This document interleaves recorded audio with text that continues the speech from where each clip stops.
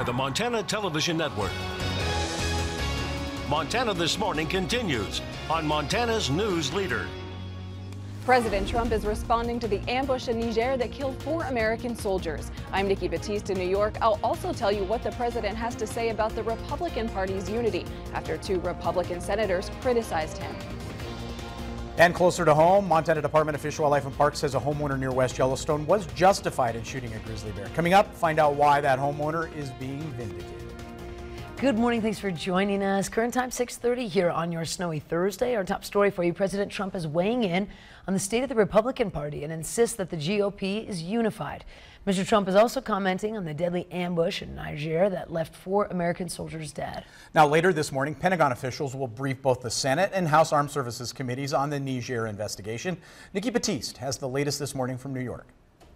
3 weeks after an ambush in Niger killed 4 American soldiers, questions linger about how the men came under attack and when Sergeant LaDavid Johnson, an Army mechanic, got separated from 11 other U.S. troops during the firefight.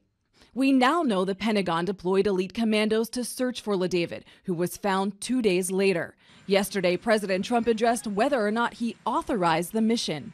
No, I didn't. Not specifically.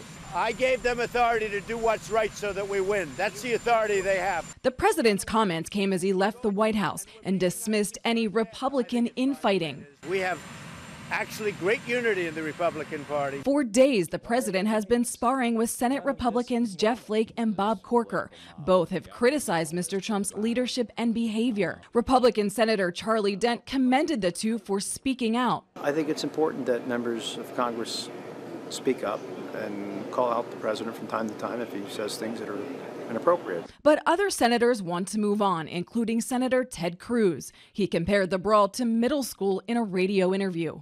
I really don't care who passed a note to the cute girls in pigtails. Everyone shut up and do your job, is my view.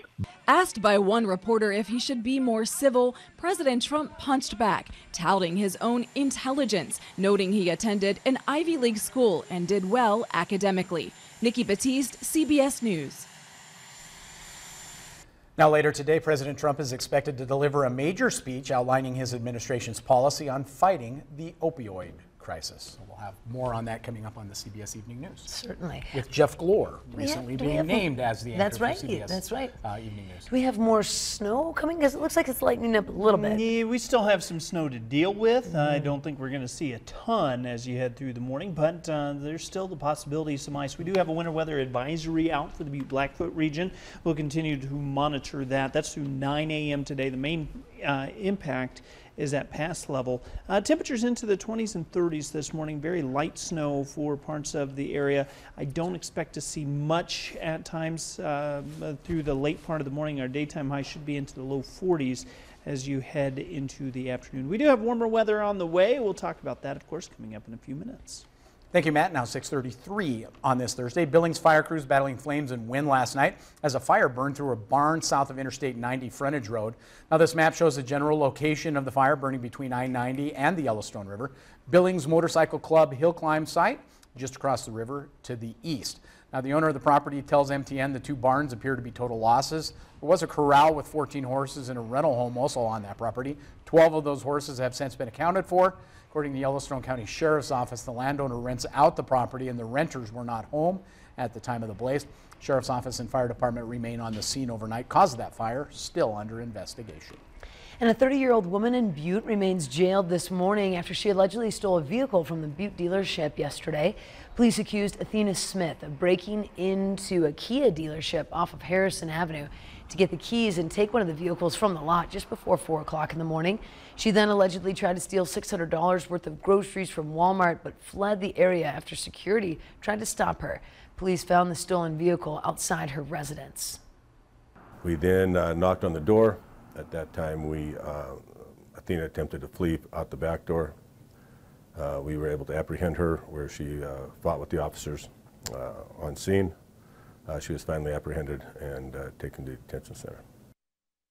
Now Smith faces felony charges of burglary, motor vehicle theft, and assault on a peace officer. In political news, former Billings State Senator Linda Moss is the newest candidate to throw her hat in the ring for Montana's lone seat in the U.S. House. Moss, who's been out of politics since 2012, filed papers with the Federal Elections Commission this week, setting up the Friends of Linda Moss as her official campaign committee. Moss, who became the 4th Democrat in the race, told us she believes she has the right stuff to reclaim Montana's seat for the Democrats. I believe the time is right. I believe people in Montana are looking for new leadership. They're looking for a new way that leaders work in communities and at the federal level. And that leadership requires listening, it requires statesmanship, it requires an understanding of civility and the values that we have in our state: honesty, integrity, respect for one another, love of our public places. Now, in addition to her political experience, Moss worked at the Western Heritage Center in Billings for some 14 years. Moss recently has been involved in the world of philanthropy, helping raise money for a variety of causes. MTN News has also learned that former Bozeman State Representative Kathleen Williams will announce her intention to seek the Democratic nomination for Congress. That's coming up at noon today. She declined an invitation to appear on Montana this morning. And another report of an attempted robbery, this time in West Yellowstone, and the culprit? A grizzly bear. He tried to break into a home last weekend. According to Fish, Wildlife and Parks, the homeowner had an elk carcass in his garage, and that's what may have enticed the grizzly bear to come so close to his home. The homeowner shot the grizzly as it made its way to the front porch. Now, after an investigation, Fish, Wildlife and Parks determined that this shooting was in self-defense and no charges are being filed. Now, the bear was known to Fish, Wildlife and Parks for research purposes, but had not been in any type of trouble before. Bears are still awake. They're hyperphagic, so they're really trying to get high calories on this time of year. And so we want people to be, hyper vigilant, be super bear aware, taking the bear spray. And that goes for homeowners, that goes for recreationists, that goes for people who work out in those, so people who work on ranches and whatnot. So just, don't become complacent. Now, Andrea added that it does not take a grizzly bear death lightly, and this full investigation is always conducted. The Legislative Fiscal Division says 2017 summer fire season in Montana now expected to be the most expensive in state history.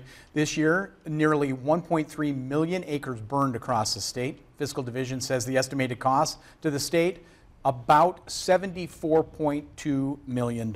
State leaders budgeted about $32 million. Emergency funding from the Governor's Emergency Fund covered about $12.5 million. That leaves a shortfall of more than $29 million for fiscal year 2018 alone. Now, with no money to cover the following year. The next most expensive year, which was 2007, which cost the state about $50 million. And Bozeman schools are the next target as a part of a national scam. A Maryland-based company called Sports Media is contacting local businesses in the area, pretending to work with the Bozeman School District on sports advertising and claiming to sponsor a calendar.